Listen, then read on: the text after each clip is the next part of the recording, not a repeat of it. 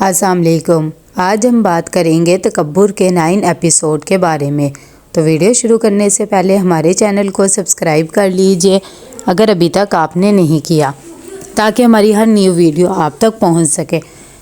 یہاں پر ہارون بہت زیادہ پریشان ہوتا ہے کہ آغا جی کو کون رکھے گا، کیونکہ اس کا گھر بھی چھوٹا سا ہوتا ہے اور اس کی بیوی بھی نہیں رکھنا چاہتی۔ اتنی دیر میں وہ فواد اور اس کی بیگم کو بلاتا ہے اور کہتا ہے کہ میں نے چھوٹا سا گھر لیا ہے جو کہ 3 کمروں کا ہے، لہٰذا ہم آغا جی کو نہیں رکھ سکتے ہیں۔ یہ بات سن کر اس کی بیوی فوزیہ کہتی ہے تو صاف صاف کہیں نہ کہ آپ آغا جی کو ہمارے سر منڈنا چاہتے ہیں۔ یہ باتیں سن کر ایمن کو بہت زیادہ دکھ ہوتا ہے کہ یہ کیسے بیٹے ہیں۔ وہ فوراً اندر جاتی ہے اور جا کر معاذ کو کال کرتی ہے اور کہتی ہے کہ پلیز آپ آغا جی کو آ کے یہاں سے لے جائیں، کوئی بھی ان کو رکھنے کے لیے تیار نہیں ہے۔ جب معاذ یہ بات سنتا ہے تو اسے بہت زیادہ دکھ ہوتا ہے۔ وہ کہتا ہے کہ میں ابھی آ رہا ہوں، تم ٹینشن نہ لو۔ اتنی دیر میں مقدس اپنے بھائی سے پوچھتی ہے کہ کیا بات ہوئی ہے بھائی، کیا کہہ رہی تھی ایمن؟ میں بھی آپ کے ساتھ جاؤں گی اگر وہاں پر جانا ہے۔ معاذ اسے ساری بات بتاتا ہے اور کہتا ہے کہ آغا جی کو ہم اپنے گھر لے کر آئیں گے۔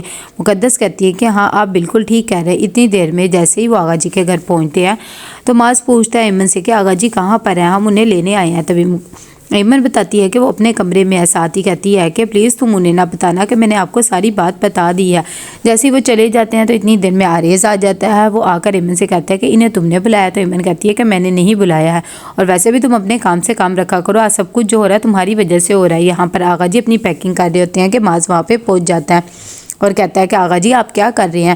ساتھ ہی مقدس بھی ان کی چیزیں وغیرہ دیکھنے لگ جاتی ہے۔ اتنی دیر میں معاذ کہتا ہے کہ ایمن بہت زیادہ پریشان ہو رہی تھی، وہ کہہ رہی تھی کہ آغا جی کو اپنے گھر لے کر آتے ہیں، میں اسی لیے صرف آپ کو لینے آیا ہوں۔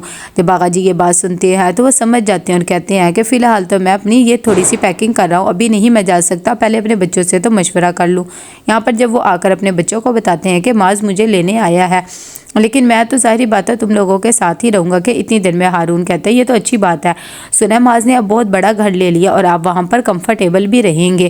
آغا جی کہتے ہیں کہ گھر بڑا چھوٹا ہونے سے کوئی بات نہیں ہے، دلوں میں جگہ ہونی چاہیے، اور ویسے بھی آج مجھے تم سب کی حقیقتیں پتہ لگ گئی ہیں۔ اتنی دیر میں فواد کہتا ہے کہ نہیں ایسی بات نہیں ہے، بلکہ میں تو سوچ رہا ہوں آپ وہاں پر ہر سہولت میں رہیں گے۔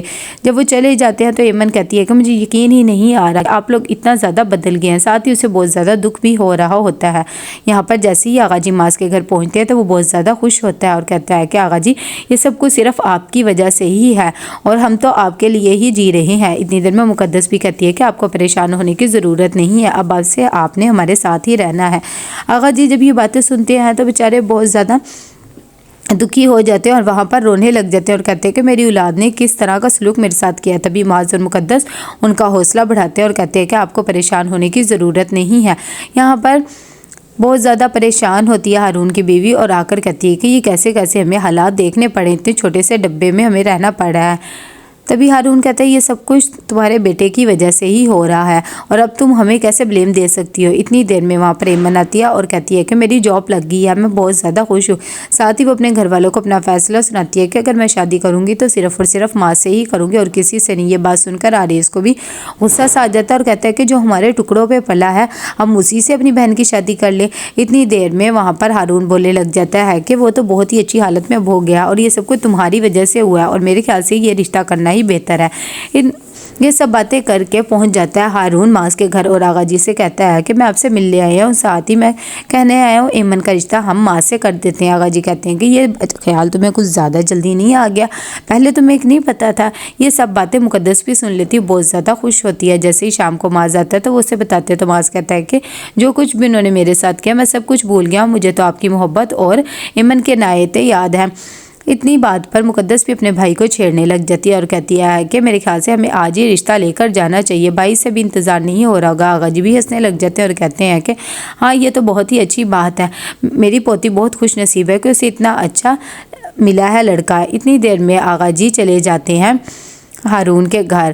ایمن بھی بہت زیادہ خوش ہوتی ہے اپنی انگیجمنٹ سے۔ تبھی فوزیہ باتیں سنا رہی ہوتی ہے نورین کو کہ آپ نے یہ رشتہ کیسے کر دیا، تو نورین کہتی ہے کہ آغا جی کی وجہ سے کیا ہے۔ فوزیہ کہتی ہے کہ وہ تو پہلے بھی چاہتے تھے، اب آپ نے لگتا اس کی حیثیت دیکھ کے کر رہے ہیں۔ اتنی دیر میں عارض آتا ہے مقدس کے پاس اور کہتا ہے کہ تم کچھ زیادہ تکبر نہیں کرنے لگ گئی، اب تو تم نے اپنا لائف سٹائل چینج کر لیا۔ وہ کہتی ہے کہ مجھے ایسی ضرورت نہیں ہے۔ جب فنکشن سے گھر واپس آتے ہیں تو یہ بات مائرہ کو بہت زیادہ پریشان کرتی ہے۔ وہ اپنی امی کو کہتی ہے کہ میں عارض سے ہی شادی کروں گی، یہ بات میری یاد رکھنا۔ فوزیہ کہتی ہے کہ تمہارا دماغ تو خراب نہیں ہو گیا، تم اس لڑکے سے شادی کرنا چاہتی ہو، اس کے ساتھ تو تمہارا کوئی بھی فیوچر نہیں ہے۔ لیکن وہ پھر بھی ضد پہ اڑی رہتی ہے۔